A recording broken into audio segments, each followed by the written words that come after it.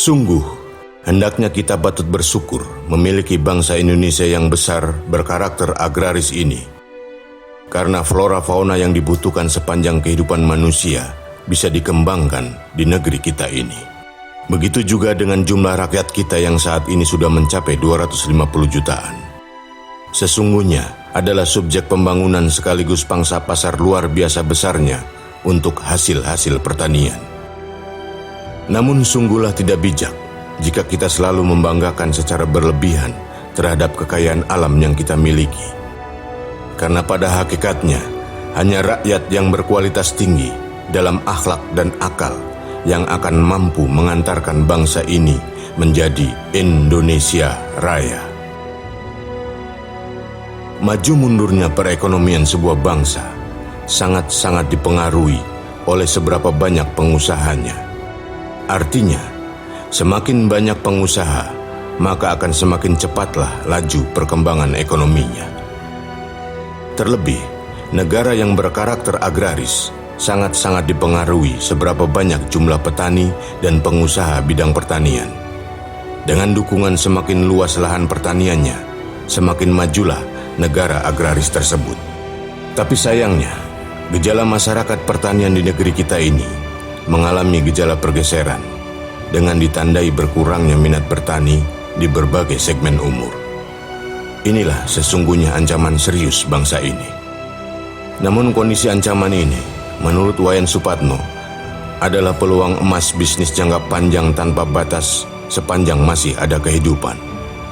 Maka Wayan Supatno bertekad bulat mengawali agribisnis dari titik nol.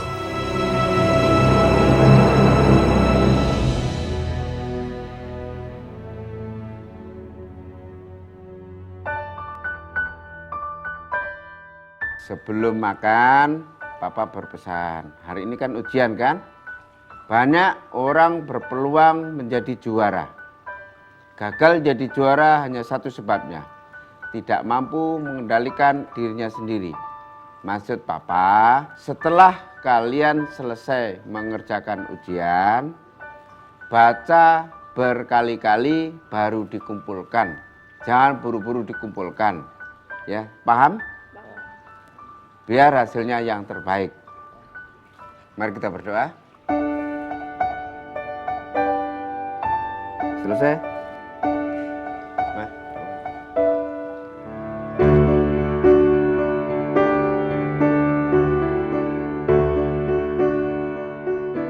Wayan Supatno, putra Jawa yang dilahirkan pada 20 September 1965 di Dusun Curahjati, Banyuwangi Selatan.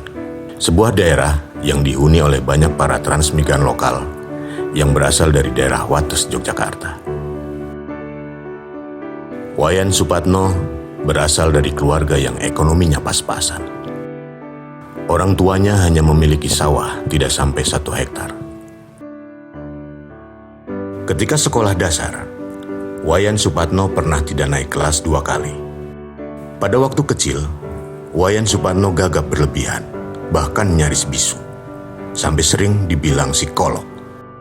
Karena usahanya yang keras untuk berpuasa Senin Kamis selama bertahun-tahun, akhirnya Wayan Supatno bisa berbicara lancar lagi setelah masuk sekolah SMA di SMA Negeri 1 Singaraja, Bali.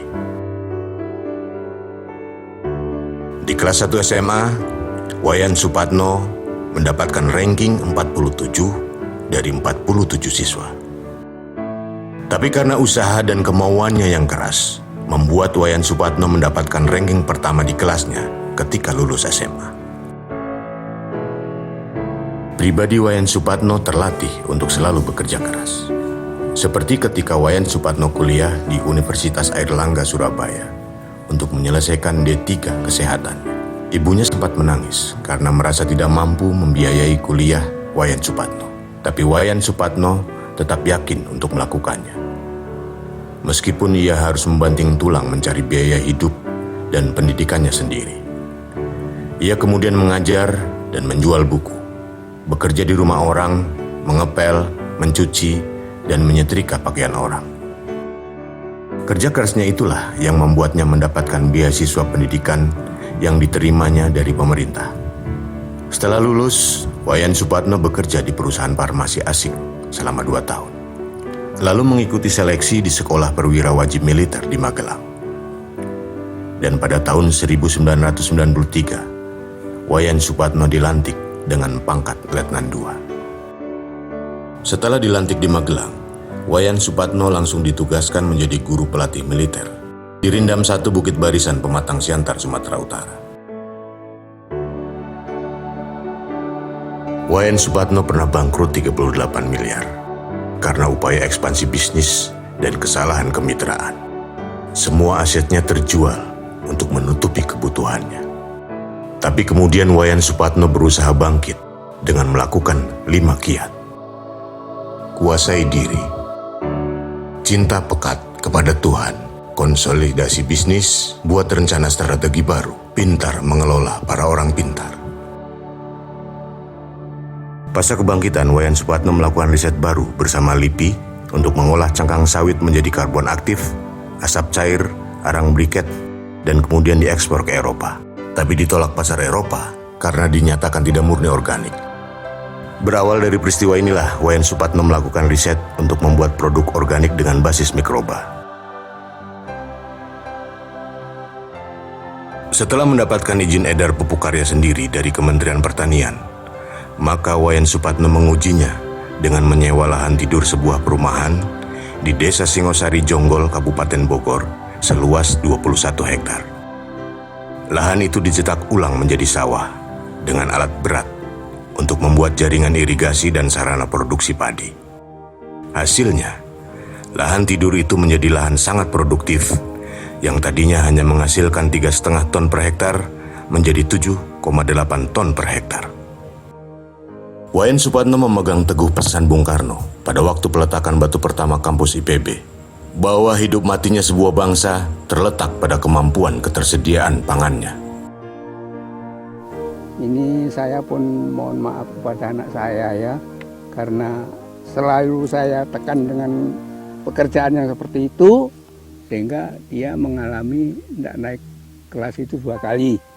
Yang kedua kali pada waktu kecil, dia itu suka adu-adu jago, nyolong telur dan lain sebagainya.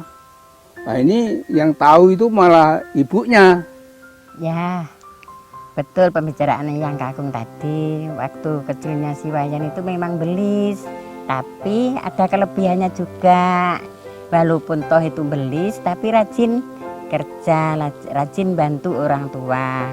Menurut saya, sosok Wayan Supatno adalah sosok yang pantang menyerah, penuh motivasi, dan tegas. Pak Wayan Supatno mempunyai kemampuan, kemauan, dan keuletan yang sangat tinggi sehingga sukses dalam berusaha tani.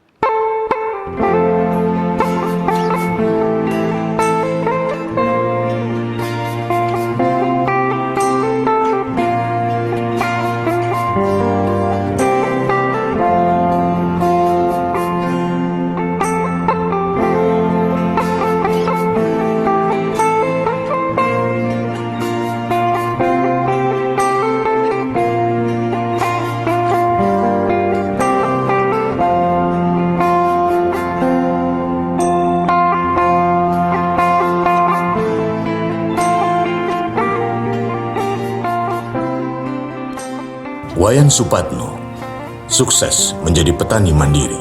Kesuksesannya itu ditandai dengan kepemilikan lahan perkebunan kelapa sawit, kebun buah naga, kebun jeruk, dan karet dengan total luas ratusan hektar.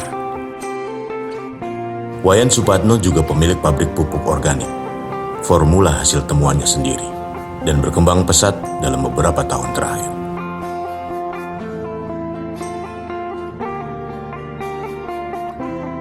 Wayan Supatno juga menjadi narasumber dalam program televisi lokal dan televisi nasional.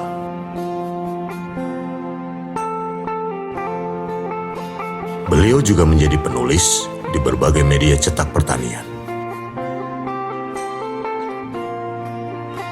Dan menjadi dosen tamu di beberapa perguruan tinggi di Indonesia.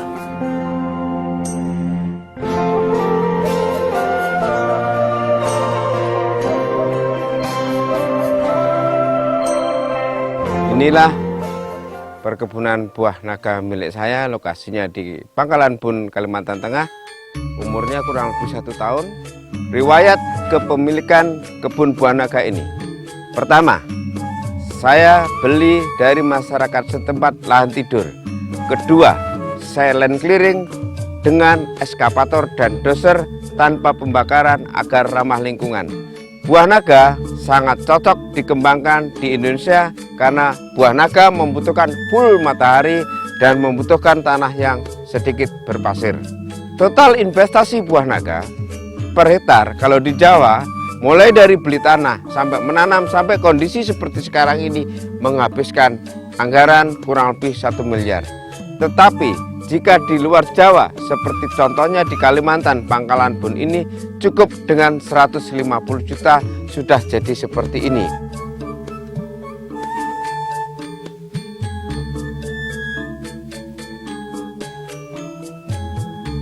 Jika kebun buah naga sudah seperti ini, umur 2,5 tahun, maka per hektar menghasilkan 25 ton per tahun. Jika harga 7.000 per kilogram di kebun petani, maka menghasilkan 175 juta rupiah.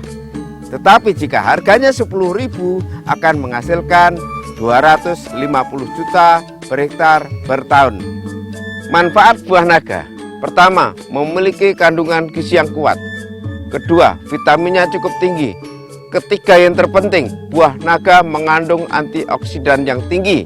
Antioksidan sangat penting buat kesehatan kita karena menurunkan kadar logam berat di dalam tubuh kita atau kadar racun di dalam tubuh kita akibat rokok, akibat mengkonsumsi makanan minuman yang banyak logam beratnya, dan akibat polusi, sehingga buah naga sangat dibutuhkan oleh masyarakat.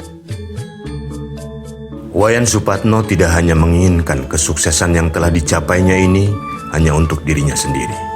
Dia memiliki rencana besar dan juga harapan besar yang sudah lama disematkan di dalam benaknya. Kita mesti menyadari negara kita tiap tahun mengimpor buah-buahan, termasuk buah naga. Saya selaku pengusaha pertanian, developer pengembangan hortikultura khususnya buah naga, menawarkan sebuah konsep pemikiran kepada pemerintah. Kiranya dibuat program transmigrasi swakarsa mandiri, dibangunlah kebun buah naga atau semacam kawasan yang fokus atau konsentrasi terhadap swasembada hortikultura khususnya buah naga. 150 juta per hektar, uang mukanya dibantu oleh pemerintah, kekurangannya disupport oleh perbankan, dan nanti akhirnya dilunasi dari hasilnya. Dan perkebunan-perkebunan buah naga nanti dibagikan kepada masyarakat yang kesulitan memiliki lahan, atau anak-anak muda yang kepingin jadi pengusaha pertanian atau petani sukses, yang pada akhirnya pemerintah tidak perlu impor buah dari luar negeri.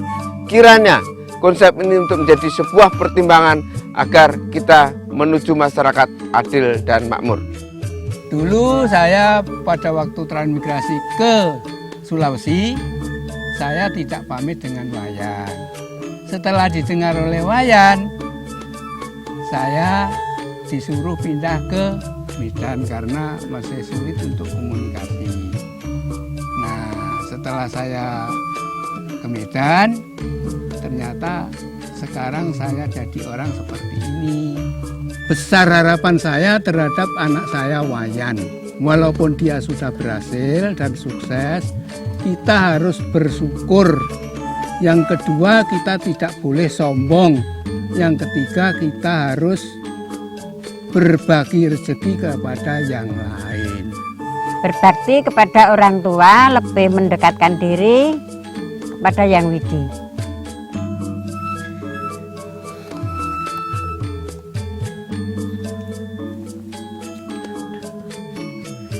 Sungguh, saya tidak habis pikir. Banyak anak muda tidak mau jadi petani sukses.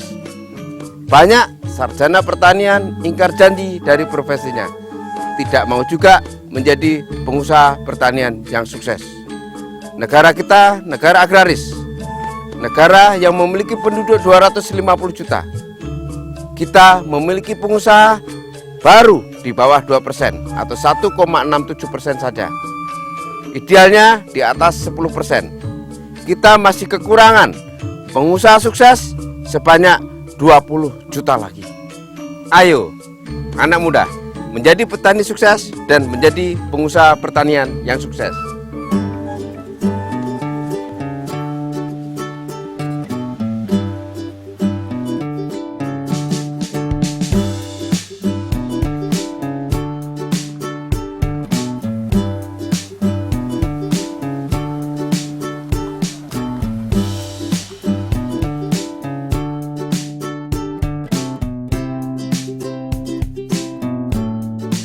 Wayan Supatno sangat prihatin akan kondisi pertanian di Indonesia, yang semakin tahun semakin berkurang petaninya, juga lahan pertaniannya.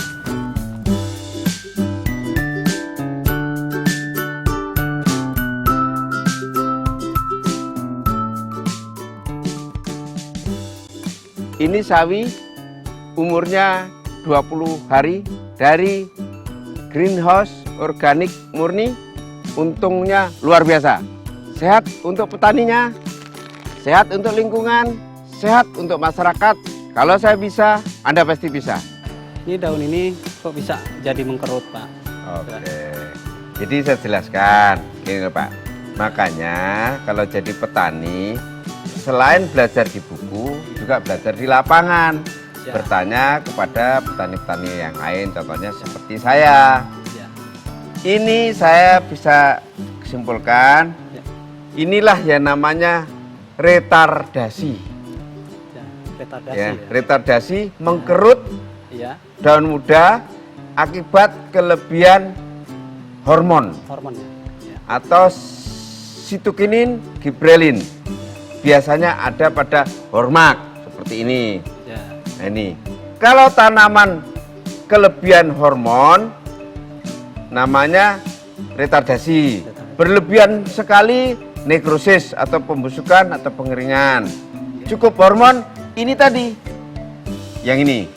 Yang ini jumbo. Ya. Karena cukup hormon. Kenapa mengkilat? Karena organik. Nah, kenapa jumbo? Karena cukup hormon. Jelas Pak ya? Jelas, jelas. Pak Jejen jelas? Jelas. Ya. Kalau biasa-biasa saja Pak, tanpa hormon, tanpa bahan organik, standar. Itu jelas Pak Jejen? Jelas. Oke. Jelas. Pak Jejen, Ya. jadilah petani yang cerdas. Sekali lagi selamat menjadi petani sukses. Sukses. Ya, amin. Nah, gitu. Terima kasih. Baik, terima kasih ya. Oke, ya. Kenapa kami memilih Pak Wayan Supatno sebagai salah satu inspirator agribisnis Indonesia? Pertama, Pak Wayan menginspirasi agar orang gemar dan mencintai bidang agribisnis pertanian. Kedua, Pak Wayan sebagai seorang inovator. Dia menghasilkan pupuk hayati yang terbuat dari berbagai mikroorganisme yang sehingga bisa meningkatkan produktivitas tanaman. Ketiga, Pak Wayan mau berbagi. Berbagi artinya dia mau mengedukasi orang lain. Dia tidak merahasiakan apa yang dia temukan. Dia berbagi kepada orang lain agar bisa menghasilkan hasil pertanian dengan produktivitas yang tinggi. Ya, sosok Bapak Wayan Supatno yang mengawali pertanian dari nol adalah satu contoh ya betapa sesungguhnya bisnis di pertanian ini sangat menarik ya, dan itu bisa dilakukan oleh orang yang backgroundnya bukan orang pertanian, bahkan beliau backgroundnya seorang militer, tetapi dengan kemauan dan kerja keras yang kuat ternyata dia bisa mewujudkan mimpinya menjadi seorang petani yang sukses. Pertanian adalah bisnis yang menarik karena apa? Akan dibutuhkan sepanjang manusia hidup. Oleh karena itu tentu perlu adanya munculnya seorang ya Wayan Supatno ke depan yang lebih banyak lagi, karena Indonesia membutuhkan banyak wayan-wayan seperti beliau ini. Saya sudah mendampingi suami saya selama 25 tahun. Kami sudah mengalami jatuh bangun. Itulah yang membuat kami bersyukur. Menurut saya, Papa di mata keluarga adalah sosok yang tegas, disiplin. Dia bisa mengajarkan anaknya untuk berbuat yang baik, memberitahu, mengajari, walaupun sedikit keras karena latar belakang profesinya, tetapi dia mengajarkan nilai-nilai positif untuk menjadi jauh lebih baik.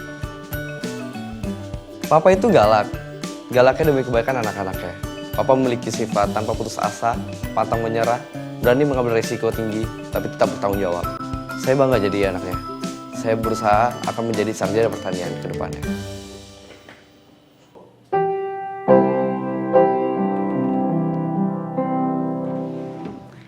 Saya bangga menjadi anak seorang perwira militer sekaligus pengusaha pertanian. Dan saya juga bercita-cita akan menjadi pengusaha.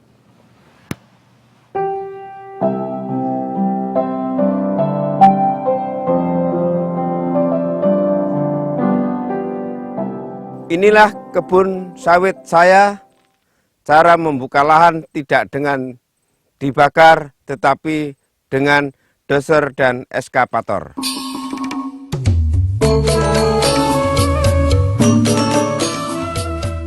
Pak Wayan, dari pengusaha yang masuk ke desa Kumpai Batu Bawah ini, sedikit banyak ya membantu masyarakat yang intinya dulunya di Kumpai Batu Bawah ini kemungkinan untuk peningkatan penghasilan ekonomi itu sedikit banyak masih relatif rendah.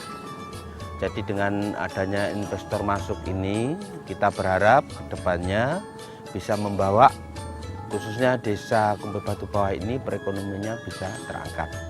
Jadi kita setelah ada Pak Wayan ini bisa ikut kerja, bisa membawa masyarakat sini ikut kerja Pak, yang dulunya kerjanya jauh-jauh, merantau, sekarang cukup kerja di dekat rumah Pak.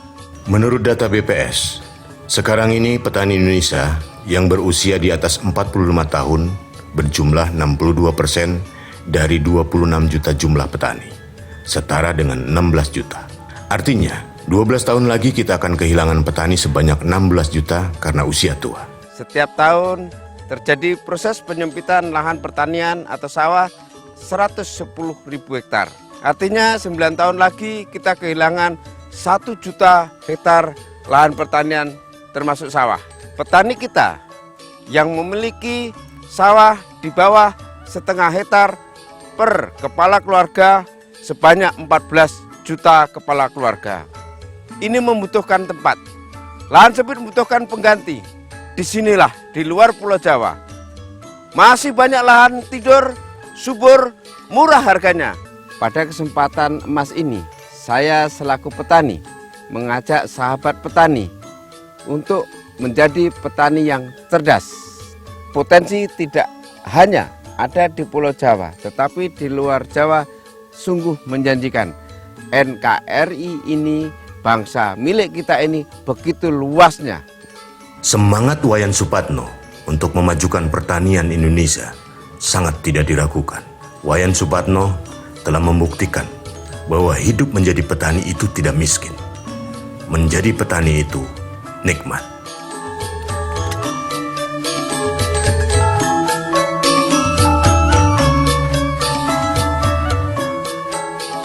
Inilah nikmatnya menjadi petani. Maka jadilah petani sukses karena kecerdasan di lapangan. Wayan Supatno sering mengatakan kepada publik bahwa pada hakikatnya pertanian milik kita ini rohnya ada pada petaninya. Maka miliki yang dicintai dan cintai yang dimiliki. Kasihi yang di bumi, pasti yang di langit mengasihimu.